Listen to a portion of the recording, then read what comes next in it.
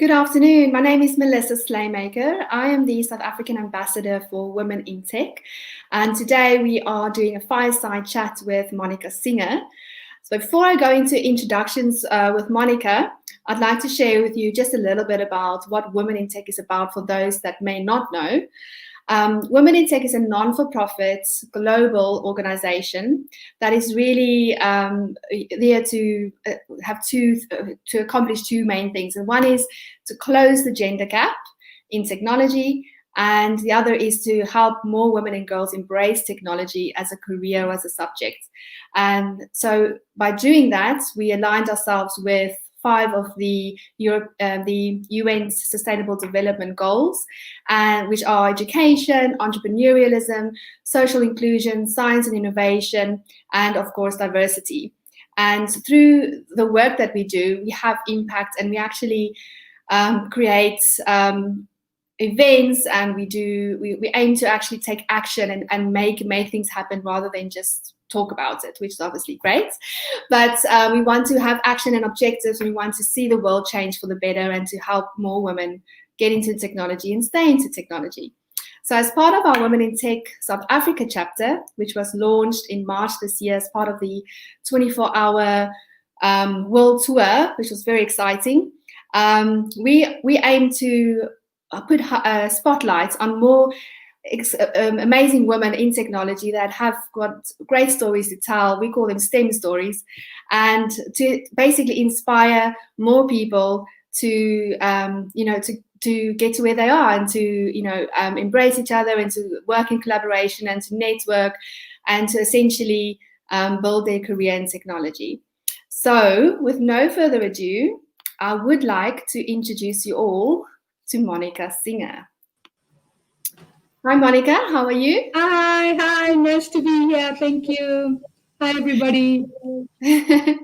So, Monica, I started talking to you a few months ago, really, and was so inspired by your story, and I wanted to tell the world. So, in short, as an introduction, Monica is currently the South African lead for Consensus, which is the world's largest blockchain company in the world. So, Monica is also a professor at the University of Johannesburg and sits on the board of the South African Institute of Chartered Accountants, and is also the vice chair for the Global Legal Entity Identifier Foundation. So you've got a whole repertoire of amazing accomplishments, but things that people might not know about Monica is that she was the first CEO of the South African Central Securities Depository called Straight. And with Straight, she single-handedly made South Africa's stock exchange 6,250% more efficient. This is amazing. And throughout her career, Monica has passed laws and standards to prevent government corruption in the financial services sector. But since 2017, things changed, and that's why we're here today, because that's where Monica discovered blockchain. And so, Monica, tell me a bit, what inspired you to become involved in blockchain, and how did your blockchain journey start? So actually, I discovered blockchain in 2015, and that's where my journey began. I was still very much the CEO of Straight, and I hear about this Bitcoin and a white paper by a Satoshi Nakamoto. But who's this guy? Japanese. What name is this? So I thought, I need to read this paper. So you must go to the website to download from Google. Just Google white paper creating Bitcoin. You need to read the paper, because that paper is the genesis of everything that is going to change the world. So imagine that someone, we don't know who this person is, could be a man, a woman, a group of people, but during the financial crisis in 2008, writes this paper and releases it in the internet. And people read this, and they start working on the concept of this decentralized cryptocurrency called Bitcoin, and they start building the platform for Bitcoin to be created and traded.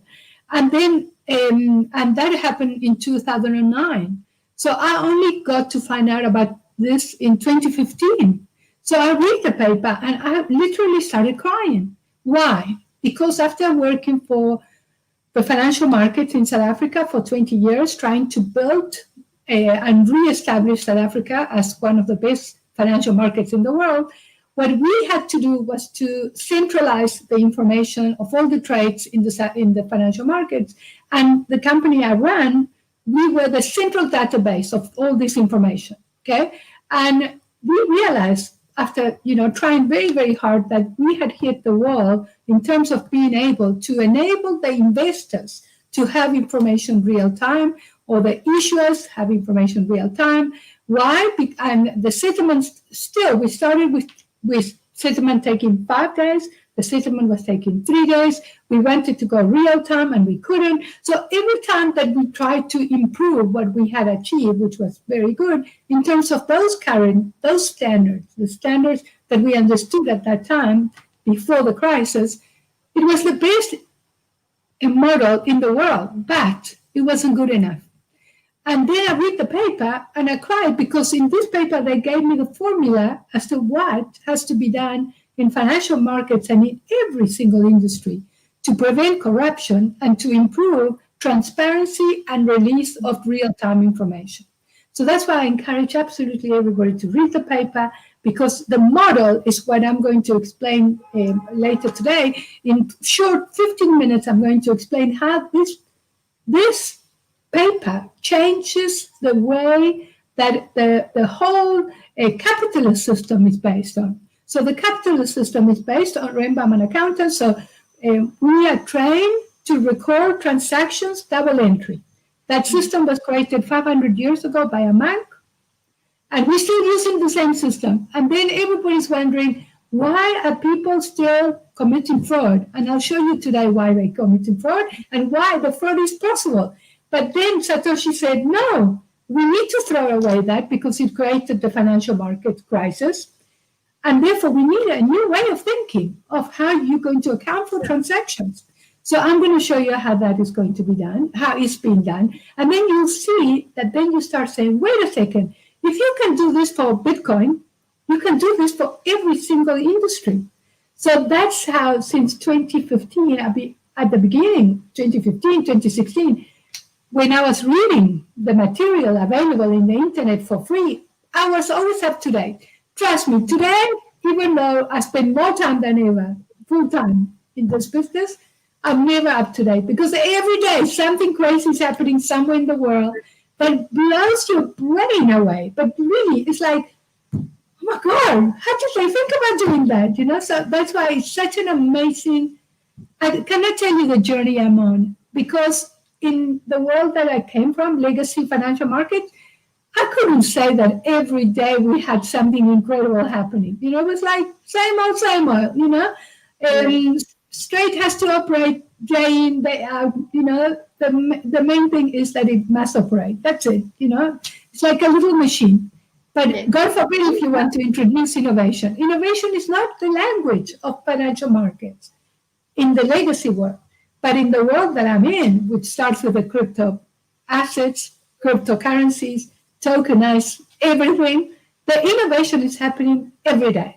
So that's why I want to encourage everybody in this audience that this is the time that we jump into this boat and we sail towards understanding technology. Because the world, the company I work for, and remember I used to be the CEO of Straight.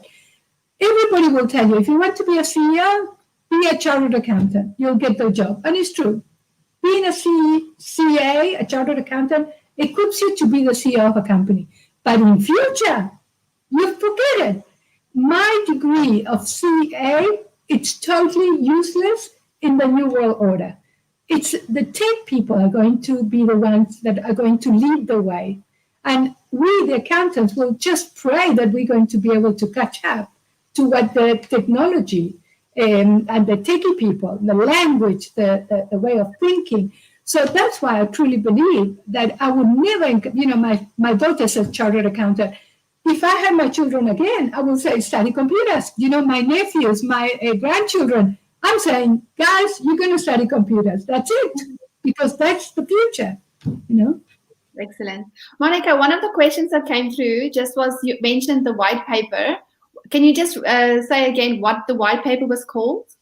So it's the Bitcoin white paper. And the author is Satoshi Nakamoto, which is a pseudonymous. But don't worry about typing Satoshi. Just type white paper creating Bitcoin. And it's freely available. It's 9 pages. You can skip the math if the math is overwhelming. It doesn't matter. Just read the philosophy of how this ledger gets created. Perfect. And just a question for you, as women in tech and as our community that we are developing now globally, we've got over 30,000 members and growing. What can we as a community do to help, spread the message and get more people involved in the blockchain technologies? So it's essential that we ensure that everybody understands the basics, blockchain 101. I'm going to, in 15 minutes, explain to you. I could do even more courses. Everything that I've learned in the internet. I did not go to university to learn this. To the extent that, how did I become a professor at UJ? Because I went from my own initiative to go to the accounting faculty. I said to the professors, I'm here to teach you how the profession, CAs, chartered accountants, will have to relearn everything they're doing because the world of ledger, of record keeping is changing. And that's our bread and butter. So if that is changing, what are you doing to teach your students about the new world order? And the answer was nothing. So therefore, I went in and I helped them to put together an online course, which that is like blockchain 101, and it's getting more and more complicated. Because what's happening is the power of the creativity of all these millennials, mainly, and even less than 20-year-olds, are working out these new technologies that are going to blow your mind. And I'm just worried about people not even learning about this. And there are podcasts, there are newsletters, there are emails, there are papers to be read on the industry that you are, because now it's becoming so specialized.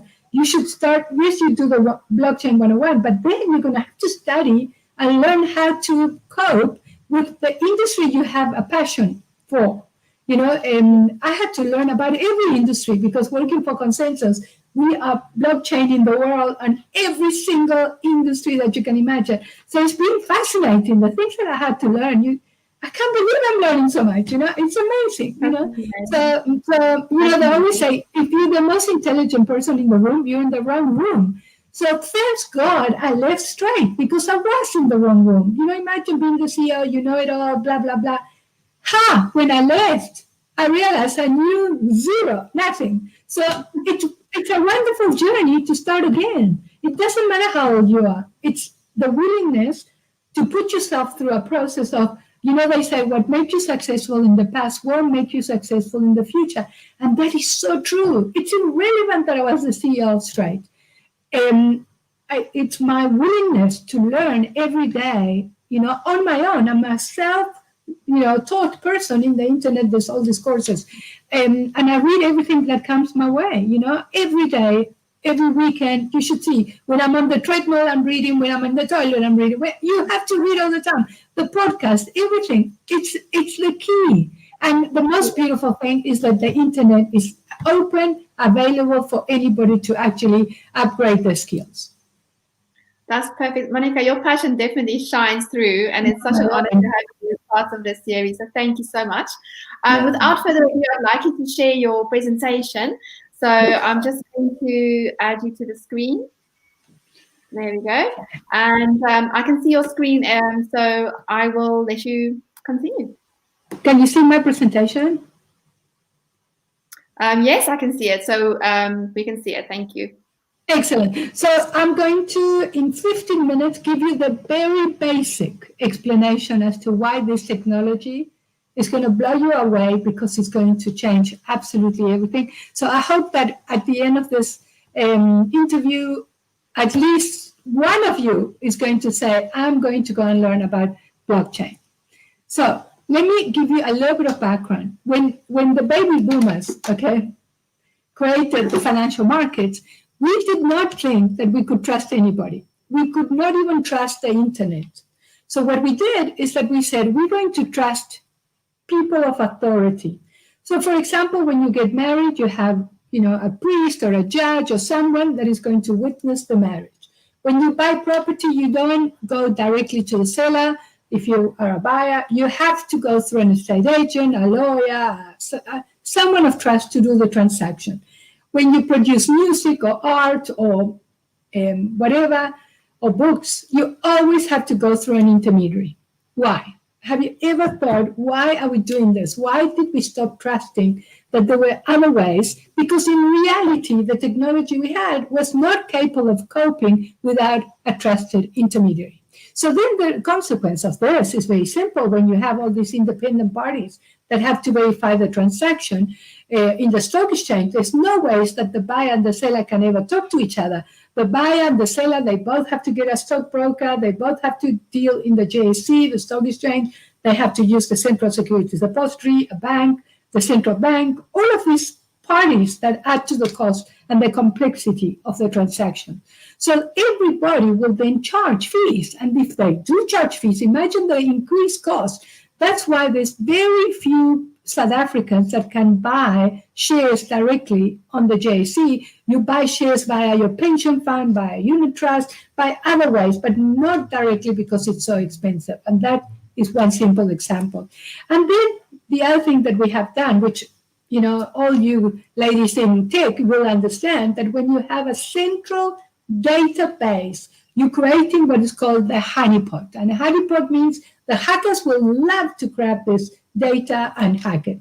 So that was the best that we could do. So in all my classes that I went on cybersecurity and hacking and whatever, the only best protection that I gave straight as the CEO was to say, okay, we're going to have 3 sites. They're going to be hot and they're going to be independent from each other. So if one gets hacked, we have the other 2, blah, blah, blah. But that's still, in the new world order, you will see that that is still not good enough. And the worst thing is that this technology has become obsolete, and not only it's become obsolete, the problem is that we still are reliant in a lot, not only on central databases, we're reliant on paper.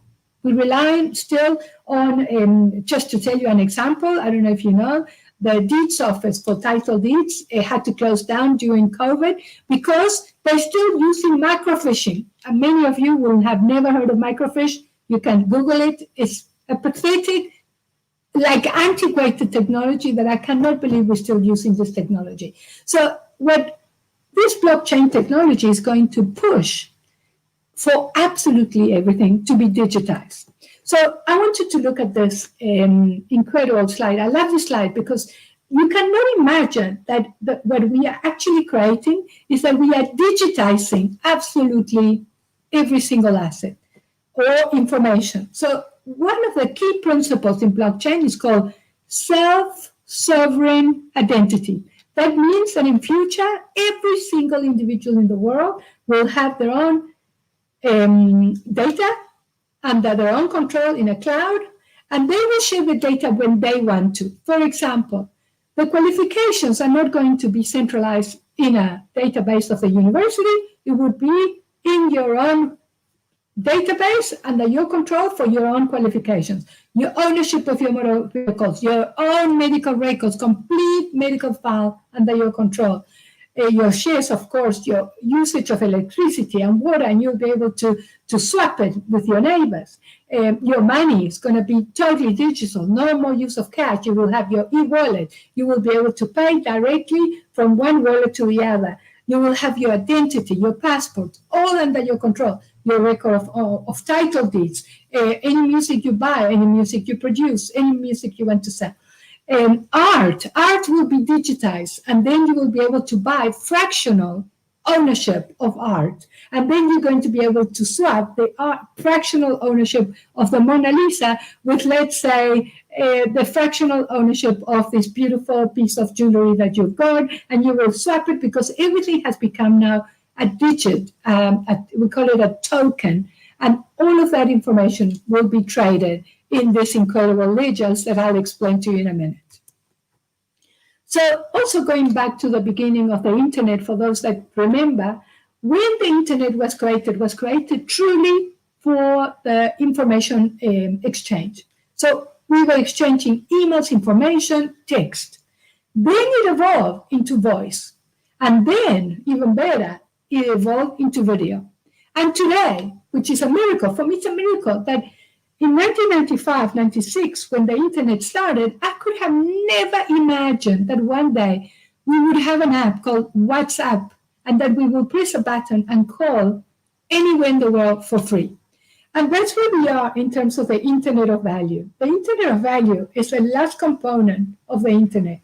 And that's where the Internet of Value is now being created as a platform, there's many platforms, and it uses blockchain technology to record the transactions in a secure environment.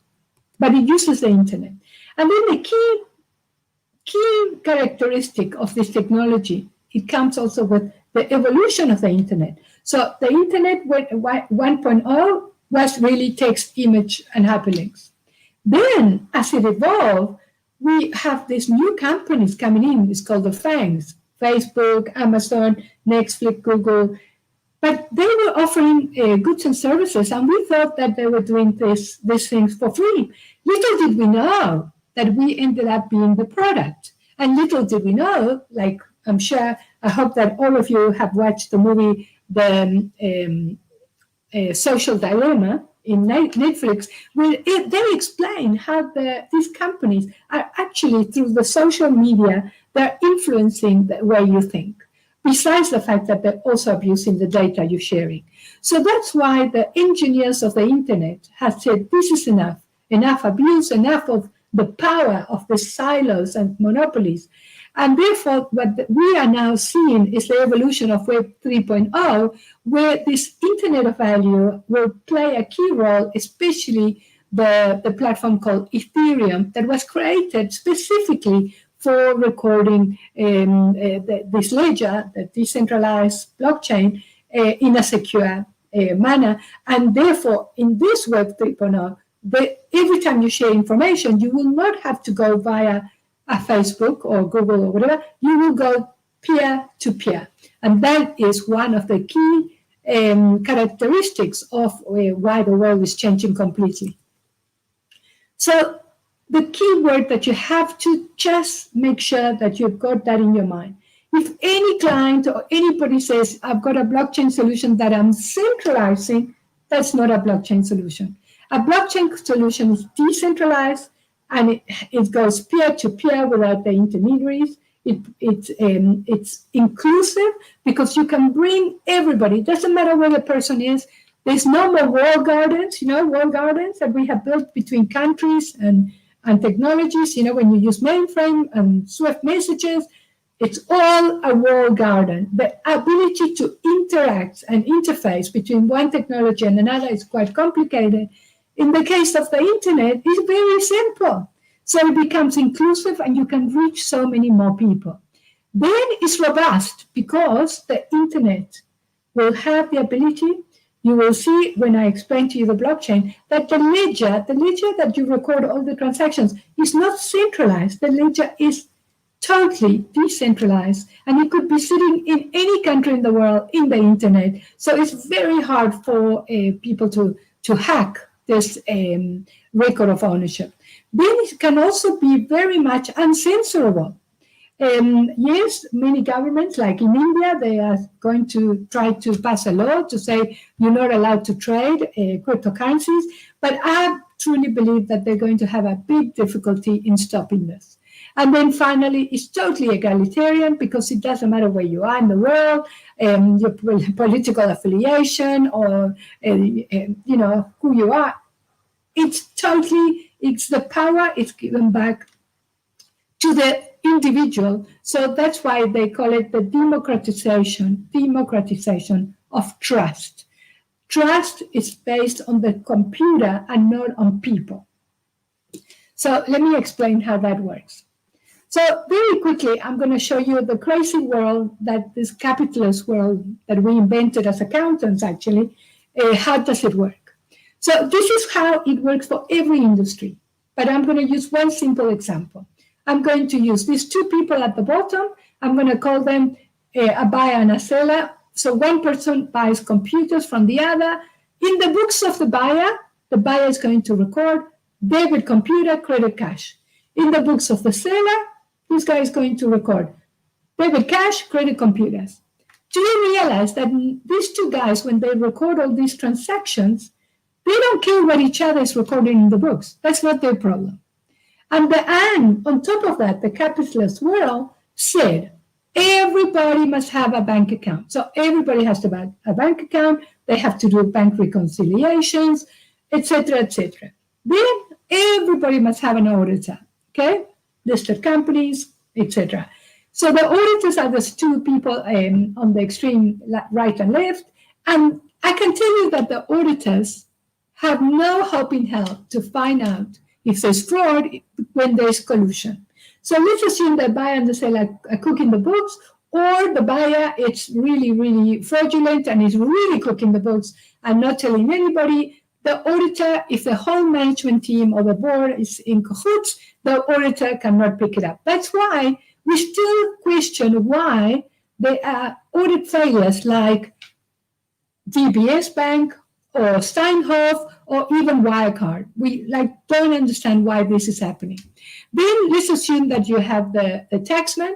The taxman gets a tax return based on a calculation that is not necessarily the same calculation that is prepared for the shareholders or the same preparation of information internally. So do you understand how many times the same information gets reshuffled many, many times, but the only thing that everybody counts on for security is that an auditor is going to come once a year to check that you've done the right thing.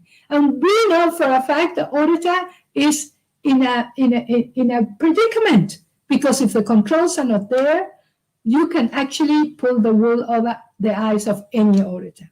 So here we are now in 2008, the financial crisis takes place, and out of the blue, on the day of Halloween, which is 31st of October 2008, this information, the white paper, gets released in the internet, and the paper says, this capitalist system that has been good for 500 years is not good enough. That's why the crisis happened. And the paper said, I've got a solution. How are we going to eliminate this? Okay? So do you realize that in this model, everybody records transactions? There's many accountants and bookkeepers and Excel spreadsheets and central databases and reconciliations, and everything is very expensive, slow, and complicated. And now we know that this system does not work. So now let me tell you what Satoshi said. So Satoshi goes and says something, but really magical. It's like a magical thing that someone could say this. I'm sorry, I think I missed sorry, one slide is missing. Sorry. So imagine now that, I don't have the slide, but it doesn't matter. So what happens is that imagine that instead of having all these people doing the books separate, imagine that all these parties, we call them actors, they are writing the ledger at the same time. Imagine that when the buyer and the seller and the taxman and the auditor and the bank, if you need a bank, and the regulators and everybody gets to see the journal entries at the same time. On top of that, this blockchain, what Satoshi created the blockchain, he didn't call it proper blockchain, but it doesn't matter. It's a ledger that once you put the entry in, nobody can delete. So you can track the provenance. You can have a complete audit trail. You can have the complete history of everything that ever happened. And it's visible and transparent to all the parties to the transaction. And on top of that, to prevent all the parties from colluding and cheating, this blockchain has got a cryptography, has got a mathematical formula that not only has a timestamp, but it also prevents cheating, because it has this process that every transaction has to be recorded when there is a consensus that everybody agrees for the transaction to be recorded. So do you realize that the auditor that normally used to come once a year is now doing the audit real time, because he's part of the ledger that gets written real time? Definitely, this decentralized consensus. It means that all the parties in the transaction have to agree for the ledger to be recorded. And therefore, now you've got, in auditing, you have the concept of the 4I principle, which is more than one person must verify the transaction. Now you've got as many people as you want to verify the transaction real time. Then the other aspect, which is key, is everything must be digital. What does it mean? If you've got, let's say, property, you will then reflect the property as a digital representation in the computer. As I said before, your degrees, your ownership of jewelry, everything gets tokenized, converted into a digital representation. No more title deeds in paper or in microfiching. And then finally, in 2014, Ethereum, the platform, a new platform, better than Bitcoin, gets created for the purpose of recording this business transactions. And the additional functionality that was invented in 2014 is called smart contracts. What's a smart contract? A smart contract is like a vending machine. If this happens, therefore that happens. If I want to buy Diet Coke, it says press B1, put 20 Rand, and the machine doesn't argue. I press the button, I put the money, I get my Diet Coke. That's a smart contract. Imagine the applications of smart contracts. For example, the insurance industry. If this happens, therefore, I get paid. I don't have to phone the broker. I don't have to argue with the underwriters or look at my policy. The contract will become a computer program that says the moment that the insurable event happens, you will get paid. No arguments. So the main thing that I want the audience to understand is that blockchain or distributed ledger is just one key component of the bigger for industrial revolution technology. So let's assume you're not attracted to this type of Internet of Value recording of ledgers and preparation of this technology. But then if you're not interested in that, you should at least be studying any of these other components. Let's say, are you interested in cloud computing? Because remember, I told you about self-sovereign identity, where all that information will be in the cloud individually for every single human being. Or are you interested in AI? Do you know that when you get sick, you will send the file to your doctor and he'll feed it through the AI and tell you what's wrong with you, together with his own knowledge, of course. But we are going to be trained as human beings to work with the computers more and more. It's like, can any of you go to work without having access to an email? You can't. 20 years ago, we all went to work and we never had emails. So do you understand how the evolution of technology is going to become so ubiquitous that everybody will have to use it? Robotics, of course, I don't need to explain how robotics are taking, the function, even for broking, for fund managers, for investment, there are so many uses for robotics. And finally, all of this will produce massive amount of data. So understanding big data analytics is going to be absolutely key because, as we know, data is gold. Data is where we all want to be, in the ability to get the data. And one of the most classical business cases for blockchain is the supply chain, because imagine that the supply chain, from the moment the produce gets harvested, you can track where that produce went in the truck, in the factory, in the packaging, and you put the Internet of Things that is measuring where the produce is until the produce gets actually sold at the supermarket, and the producer can be paid real time the moment that the products are sold. So just imagine, no more paper, no more reconciliation, no more email, no more phone calls. Everything will be tracked on your phone real time.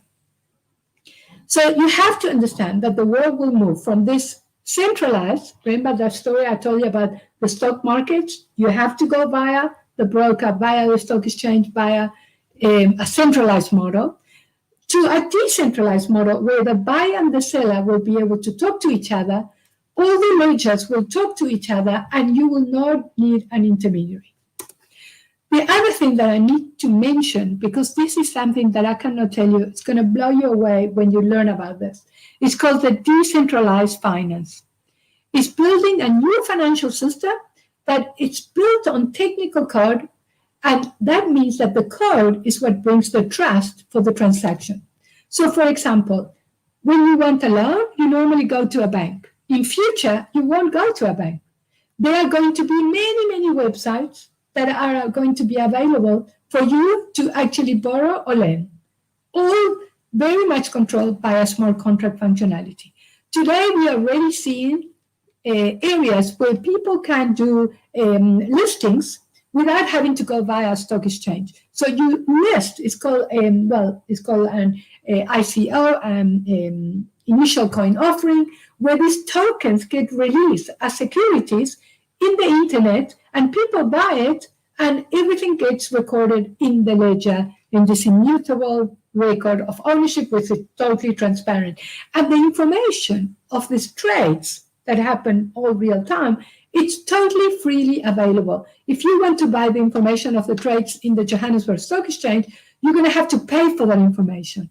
The information in the DeFi stock markets are freely available.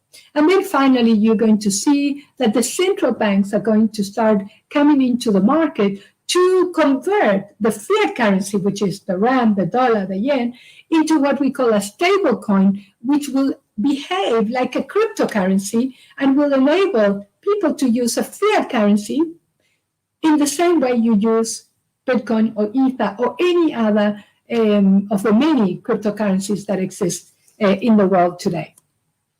So why this is so important? Because this is where people's imaginations and where all the innovation is taking place. Imagine the investors and the issuers can see and track the funds on a real-time basis. Because it gets recorded in the blockchain, it cannot be tampered because of the consensus. The smart contract functionality pays the interest, the dividends, the redemptions. Use of the internet. This is not a mainframe or Swift or walled garden. This is dispersed and you can access, and anybody sitting anywhere in the world can trade and participate of financial products that before were not accessible to the many. Of course, it uses artificial intelligence to process the financial logic and the data, which is the most important thing. It creates incredible amount of assets from this data, and products new products and services are being developed because of this. And it's transparent, it creates credibility, and the interest rates are not manipulated by the central banks. The interest rates that you get paid are determined by a mathematical formula, depending on supply and demand. Of course, many of the tokens have to be collateralized, and it's not only crypto assets. It's tokens of the digital representation of any type of physical asset. And then, as I said to you before, imagine a world where everybody from the person that lives in the middle of the desert to someone that lives in Siberia, as long as they've got electricity and a cell phone, they'll be able to have access to all of these financial products that will become very liquid, because it's the concept that you can tokenize them and you can sell them in fractions. So that means that the liquidity and the options for financial products will implode. Here is just a slide, Melissa, I'm going to share this presentation with you and you can send it to your members so that you can see that this blockchain has to affect everybody. Why? Because it's a method of recording transactions. And everybody that has, especially transactions that are with multi-party, many parties in the transaction life cycle, it will benefit from blockchain because then you record it once, everybody can see it, no need for reconciliations or human intervention, and therefore it makes the commerce much simpler. One project, I've got so many, but one project that Consensus implemented is in trade finance that puts together all the ships, all the factories, all the truck operators, the banks that provide the finance for the trade to take place, all the ports, all of them are seeing the the products that come from the factory and gets exported everywhere in the world. It gets tracked, everything in the internet using an app. And imagine how it simplifies and reduces friction and cost and inefficiencies. So I wanted to show you, this is fascinating what's happening. There's a massive demand for blockchain talent. There's more, the demand for technology developers in this space is much higher than the supply. This is the time that the females in tech will say, if I've got an ability and an interest in technology, I'm going to embrace this because I can learn in the internet, no matter if I live in the middle of the township or if I live in the middle of, as I said, Siberia. All of us have got the same opportunity at the same time. And many of these courses are truly for free. So I gave you this link, which I saw in LinkedIn published. They did a survey of what are the most important skills to have in terms of, people looking for jobs. And blockchain was the number one. If you go to this link, it not only gives you the courses that you can do, it gives you access to the Coursera courses for free, and it will give you an incredible amount of opportunities for all of you. And then I finally want to conclude. Very important, and we've seen it with the pandemic. It's not about being strong, and we women, we're not strong. We're not meant to be strong. Strong like this. And yes, we're tough, but it's not about being strong.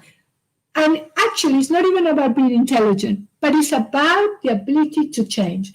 I am a walking example that I have survived so many changes because I am ready to embrace new information and educate myself to say, where do I add value? Where can I add value? So as long as I'm alive, I'm going to be able to help people and through my own education that I'm achieving on my own. And I'm saying, that's why I'm saying this technology is absolutely so empowering. Also, I want to encourage everybody to go into the Consensus website. We have a Consensus Academy. We provide amazing courses in 12 weeks. You can be a totally qualified developer, and the amount of jobs that are needed in this space are unbelievable. So this is an opportunity of a lifetime that the whole world of commerce, the capitalist system is being reconsidered and re-engineered. So thank you. This is the end of my presentation. So I'm very happy to now answer any questions. Thank you so much, Monica. It was really so lovely and inspirational to chat to you. I love your energy as well. We do have a few questions that's come through. So if you bear with me, there's one that said, this is from one of the LinkedIn users. It says, are you able to tell... I loved how you said, please thank you for sharing the presentation. I love how you tied this to stock trading. This is the one area that I haven't explored. So you've inspired someone to look at how you can basically put blockchain into stock trading platforms. So they'll investigate that. So that's great. And in terms of a question, we've got one here from the Women in Tech board on the panel.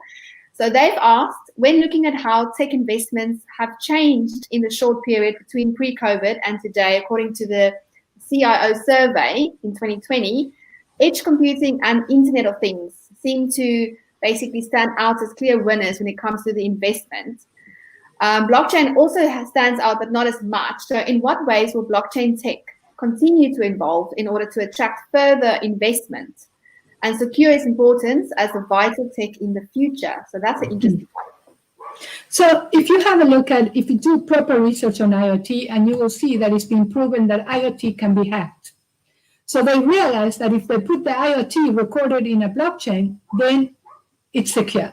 So they go hand in hand. So that's why my picture that I gave you, where all the 4 industrial revolution technologies come together, it's very important that you must see it as a whole. When you're going to have the blockchain for, as I told you, for supply chain, but it will have the IoT device measuring the temperature of the produce that you put in the boat and blah, blah, blah, because that's the whole idea. So no, it's not true that IoT is more than that. No, blockchain is the backbone of absolutely everything. As I said to you, the capitalist system has been based on recording transactions. We all know double entry. This is called triple entry accounting in a ledger that is immutable, that everybody can see, that cannot be fraudulent change. This is going to change everything. Do you understand? IoT is just a little device that you put in certain issues. This is the basis. Blockchain is the beginning and the end of everything. It's the genesis, but it's also, it has given us a new paradigm of how accounting, auditing, commerce, law, the medical profession, the engineering profession, just you tell me, what's not going to change? Excellent.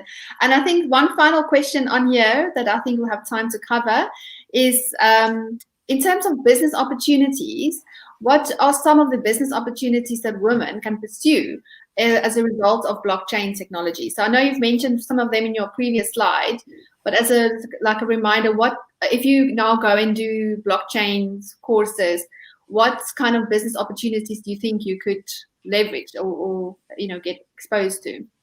So you have to understand that this technology, what is wonderful, because it's the internet, you can work for any company in the world. I'm working for a company. I'm the only one in South Africa. I've been working remotely for 3 years because we don't have offices, because it's the internet. So I chose to live in Cape Town.